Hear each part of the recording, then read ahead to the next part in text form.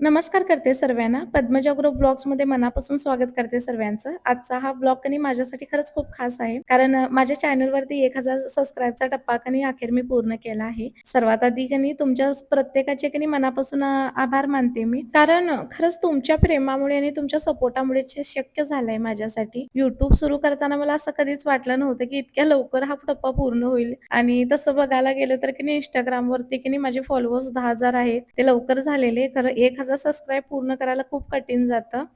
म्हणजे की नाही सबस्क्रायबर वाढायला खूप वेळ लागतो. एखादा रील व्हायरल झाला की नाही Instagramवर लगेच की नाही फॉलोवर्स वाढतात. हजारोमध्ये फॉलोवर्स वाढतात बरं का. पण YouTubeवर तसं नाही. तर प्रत्येक एक सबस्क्राईब की नाही स्वतःला कमवावा लागतो. खूप मेहनत घ्यावी लागते आणि काही क्रिएटर्सना तर 1-1 वर्ष जातात एखादा सबस्क्राईब कंप्लीट करायला. किमान नाही तर 2-3 वर्ष पण लागतात असं असतं. तर त्यामुळे की नाही माझ्यासाठी 1000 सबस्क्राईब म्हणजे खूप मोलाचे आहेत हे तुम्ही सर्वजण आहात हे. माझं खरंच नशीब चांगलं होतं आणि तुम्ही इतका छान सपोर्ट केला मला की नाही. म्हणून अवघ्या की नाही 10 महिन्यातच की नाही माझे 1000 सबस्क्राईब पूर्ण झाले. त्यासाठी मी पुन्हा एकदा तुमचं सर्वांचं मनापासून धन्यवाद करते बरं का. तर आता दुसरा मुद्दा सांगायचा म्हणजे की नाही खूप जणी मला विचारत होत्या मेसेजवरती, कमेंटमध्ये वगैरे आणि असं नॉर्मली पण विचारतात सर्वजण माझ्या फ्रेंड्स वगैरे, की 1000 सबस्क्राईब झाले म्हणजे आता तुला चॅनल मॉनिटाईज झाला असेल तुझा, तुला पैसे मिळतात असेल. तर आजच्या ब्लॉगमध्ये ह्या सर्व प्रश्नांची मी उत्तरं देईनच. तर त्याआधी सांगते मी, आज सेलिब्रेशन करायचं चाललेलं म्हणून आम्ही इथं पार्सल घ्यायला आलेलो झोपडी.कॉममधून जोधपूरच्या. ठीक आहे. चला आता प्रश्नांची उत्तरं पण देते तुम्हाला. तर 1000 सबस्क्राईब पूर्ण झाले म्हणजे लगेच पैसे सुरू होतात असं होत नाही त्याचा अर्थ. मॉनिटायझेशनसाठी ना 2 टप्पे असतात. एक टप्पा सबस्क्राईबचा आणि एक टप्पा वॉच टाईमचा. तर तुमच्या प्रेमामुळे मी 1000 सबस्क्राईब पूर्ण केले आणि दुसरा टप्पा पण लगेच आपण पूर्ण करणार आहोत वॉच टाईमचा. तर वॉच टाईम माझा अर्धा झालेला आहे आणि थोडासा वाचलेला आहे. चला थोडंसं विषयावरून भटकते मी आणि थोडंसं ह्या हॉटेलबद्दल माहिती देते तुम्हाला. तर हे जोधपूरमध्ये आहे झोपडी.com म्हणून आणि हॉटेल खूपच सुंदर आहे आणि खूप छान असं गावातल्यासारखं माहोल वाटतो इथं आणि संडे आणि सॅटर्डेला इथं शो असतो. सिंगिंग शो असतो, संगीत असतं आणि नृत्य असतं इकडचं जोधपूरचंच. खूप सुंदर वाटतं इथं आल्यावरती आणि इथं आम्ही 3 वर्ष झाले अधेमध्ये येत राहतो, पार्सल घेत राहतो इथून जेवणाचे आम्ही कधीतरी. आणि चला आता आम्ही घरी निघालो आणि ह्याचा मी ह्याच्यावरती टाकलेले आहे सेलिब्रेशनचे शॉर्ट व्हिडिओ टाकलेले आहेत. ते पाहायचं असतील तर तुम्ही शॉर्ट व्हिडिओ पाहू शकता सेलिब्रेशनचे. आणि आज आम्ही दुसऱ्या दिवशी चाललोय मार्केटला. मार्केटमध्ये थोडंसं काम होतं ते घ्यायला चाललोय आता. सामान वगैरे मुलांचं. मुलांचं थोडंसं स्कूलचं सामान होतं ते खरेदी केलं. त्याच्यानंतर आम्ही सब्जी शॉपला चाललोय आता ह्याच्या आर्मी कॅम्पमधल्या आणि तिथं भाजी खूपच स्वस्त भेटते आम्हाला बाहेरच्या रेटपेक्षा आतमध्ये रेट रिझनेबल असतो, जास्त नसतो आणि फ्रुट्स पण फ्रेश मिळतात मेन म्हणजे आणि इथं भाज्या डेली फ्रेश येतात. म्हणजे सकाळी आल्या दुपारी 12-1 वाजेपर्यंत संपतात इथं. म्हणून फ्रेश भाजी मिळते म्हणून आम्ही इथूनच भाजीपाला वगैरे घेतो. त्यानंतर भाजीपाला वगैरे घेऊन आम्ही घरी निघालो आणि त्याच्यानंतर मी राजस्थानमध्ये कसं संगीत वगैरे म्हणतात त्याचं पण मी थोडंसं त्याच्यामध्ये ह्या ब्लॉगमध्ये मी दिलेलं आहे. ते संगीत वगैरे पहा.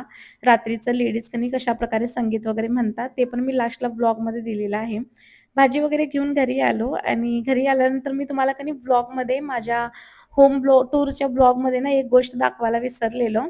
नाही, हे नाही. हे तर मी पाणी आलेलं दाखवतोय तुम्हाला. बघा कशाप्रकारे आम्ही 2 नळ टाकून अशा प्रकारे टाकी भरतो. असं म्हणतात ना राजस्थानमध्ये पाणी नाही, पाणी नाही. तसं काही नाही, पाणी भरपूर आहे राजस्थानमध्ये बरं का आणि पाण्याचे प्रॉब्लेम येत नाहीत. उन्हाळ्यामध्ये फक्त एक 5-6 दिवस पाणी नसतं बरं का. फक्त 5-6 दिवसच पाणी नसतं आणि माझ्या होम टूरमध्ये ना ही गोष्ट मी दाखवायला विसरलेलो तुम्हाला. आज आहोने आठवण करून दिली मला, की दाखव म्हणून. तर अशा प्रकारे चूल पण बाहेर लावलेली आहे आणि भाजीपाला वगैरे आणून काढून ठेवला. आणि रात्रीचे वाजलेत 11 राजस्थानमध्ये. मी राजस्थान जोधपूरमध्ये राहते तुम्हाला तर माहितीच आहे आणि इथे इतकी गरमी आहे ना, आम्ही मस्त बाहेर हवेला बसलेलो. तर एक छान आवाज येतो रोज. मी ही गोष्ट तुम्हाला दाखवण्यासाठी हा ब्लॉग बनवत आहे.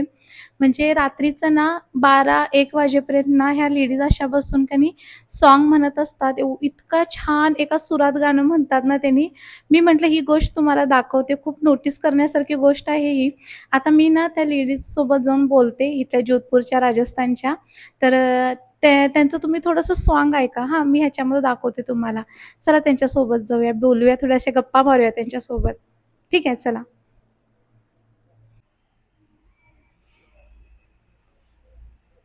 रात्रीचे 11 वाजलेत आणि ह्यानी पण मस्त हवेला बाहेर फिरतायत कारण गरमीच इतकी आहे. आणि मी आता ना त्या लेडीजशी थोडंसं बोलून येते. अहो जरासं गेट खोला.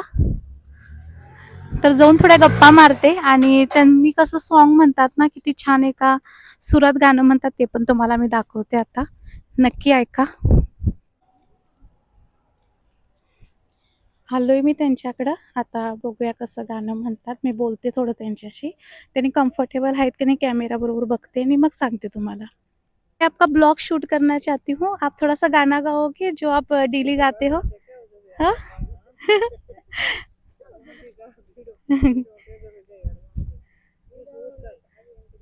मैं शूट कर रही हूँ आपका.